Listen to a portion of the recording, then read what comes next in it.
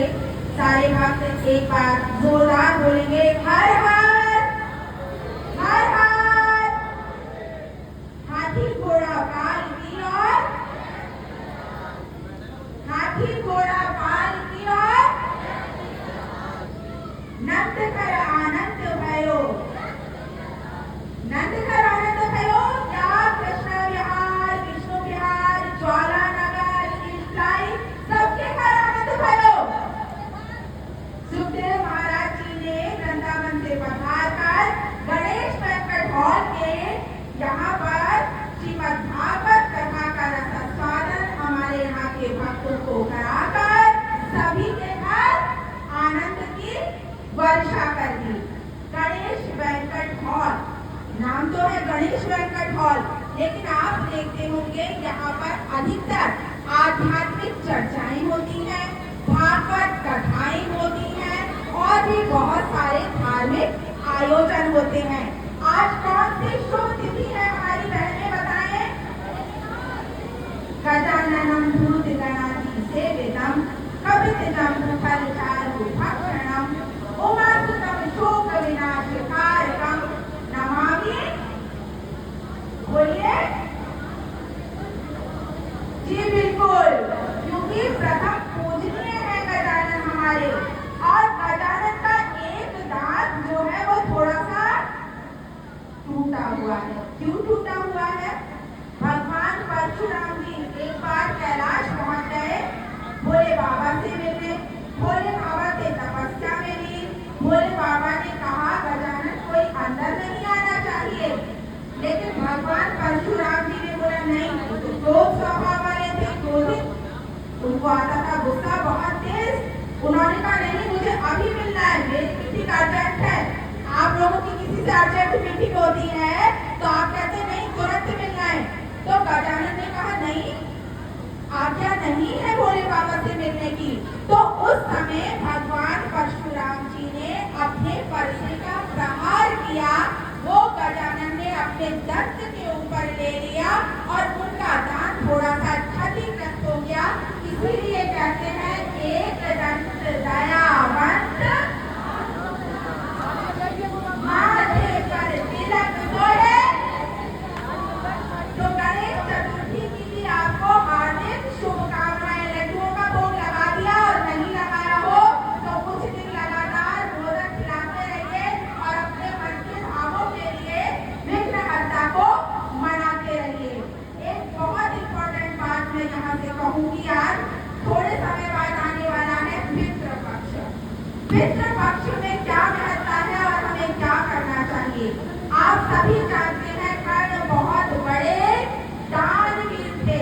कर्ण को दानवीर कर्ण कहा जाता है और दानवीर कर्ण के विषय में बहुत सारे प्रसंग प्रचलित भी हैं। एक बार अर्जुन ने कन्हैया से पूछा आप हमेशा उनको दानवीर कर्ण कहते हो? बोले चलो अभी मैं इस बात का निर्णय कर देता हूँ। वो वेश परिवर्तित करके कर्ण के पास गए। कर्ण युद्ध स्थल पर थे, क्षतिग्रस्त थे, उनका शरीर जो था वो थोड़े बहुत जो घाव थे, लहू रिस रहा था। वेश परिवर्तित करके जब कन्हैया वहां पहुंचे, उन्होंने कर्ण से कहा कर्ण दान दो। तो कर्ण ने कहा कि इस समय मेरे पास दान देने के लिए क्या है? कन्हैया बोले तो फिर दान भी कर्ण का उपाधि जो है मिथ्या जाएगी। कर्ण ने क्या किया? कर्ण जो थे वो लेते हुए थे। देखिए जब कथा होती है तो सुनने बहुत जो सूक्ष्म जीव है वो भी आते हैं।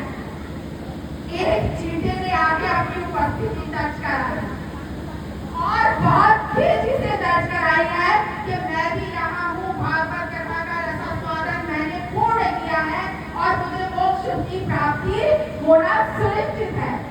कर्ण रक्त रंजित थे, उन्होंने हाथ से वो लेटे हुए थे जमीन पर, हाथ से उन्होंने एक पत्थर उठाया, उनके मुंह में सोने का दांत था, उन्होंने उसके प्रहार किया, दांत टूट गया। उन्होंने कृष्ण को निवेदित किया।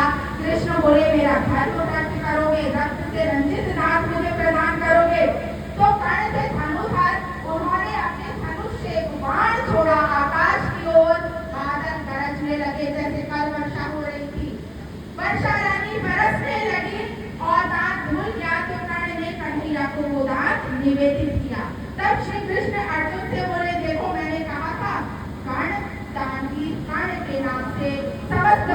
मंडल में विख्यात रहेंगे।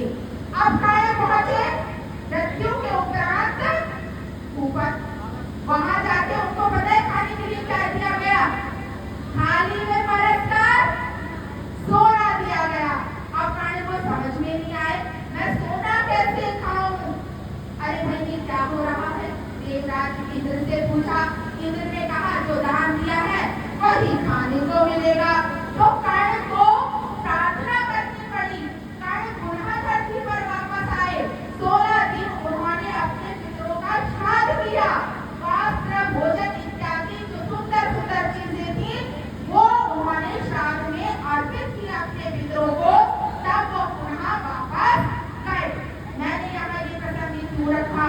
पितृ पक्ष में भी भागवत कथा का पारायण कराने का बहुत बहुत महत्व है। किसी के मन में इच्छा हो 2-4 जोड़ जाइएगा। हमारे बीच महाराज जी आए हुए हैं, अभी से बुक कर लीजिएगा। आपको पता है उनको रुपए पैसों की कोई लालसा नहीं है।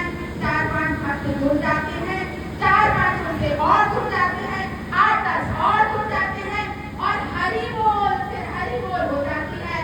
राम के नाम के सारे काम बन जाते हैं। एक कोयल बड़ा मीठा गाती थी। कोयल कैसे बोलती है?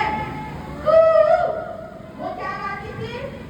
राम नाम रटियो रे, प्रभु के मन बसियो रे। पड़ोस का एक पेड़ था, वहाँ कौवे बैठते थे। कहते थे सुबह सुबह नींद खराब कर देती हो, जब देखो राम का नाम लेती हो। उसको कोई फर्क नहीं पड़ता था। वो क्या गाती थी? राम नाम रटियो रे, प्रभु के मन। और फिर क्या हुआ? बरसात होने लगी, बारिश का मौसम आया और जो पेड़ पर कौवे बैठते थे वहां जाके वो कहने लगी भैया मुझे भी थोड़ी देर बैठने दो, ओले पड़ने की स्थिति बन रही है, छोटी सी हूँ मैं, कहीं बारिश में भीग गई तो बीमार पड़ जाऊंगी, वायरल आ जाएगा। और कौवे काऊ काऊ भागो यहाँ से, बहुत राम का नाम लेती हो, जाओ राम के नाम के ऊपर, तुम्हारे जीवन की सुरक्षा करेंगे वो। कोयल बेचारी हल्के से गाती हुई कहीं और चली गई और रात भर गाती रही। एक सूखा पेड़ मिल गया, उसके कोटर में बैठ के और गाती रही राम नाम रटियो रे, प्रभु के मन बसियो रे। कल जैसी बारिश पड़ी थी, सारा पेड़ बारिश में थर-थर कांपने लगा। पेड़ था बहुत मजबूत, लेकिन भैया बिजली भी उसी पेड़ पर गिरी। देखा अगले दिन सुबह प्रातः काल में सारे कौवे जमीन पर, किसी का पंख टूटा है और किसी की चोट। और जो सूखे वृक्ष के कोटर में से कोयल निकल के आई है और गा रही है क्या? राम नाम रटियो रे, प्रभु के मन। तो एक सूत्र वाक्य यहाँ से लेकर जाइएगा। जो भी आपका इष्ट है, राम, हरि, कृष्ण, राधा, उसको आप अपने रख लीजिए मुंह में हृदय में और फिर इस भवसागर से पार हो जाइए। हनुमत लड़ाने की राम का नाम मुख में रखते समंदर।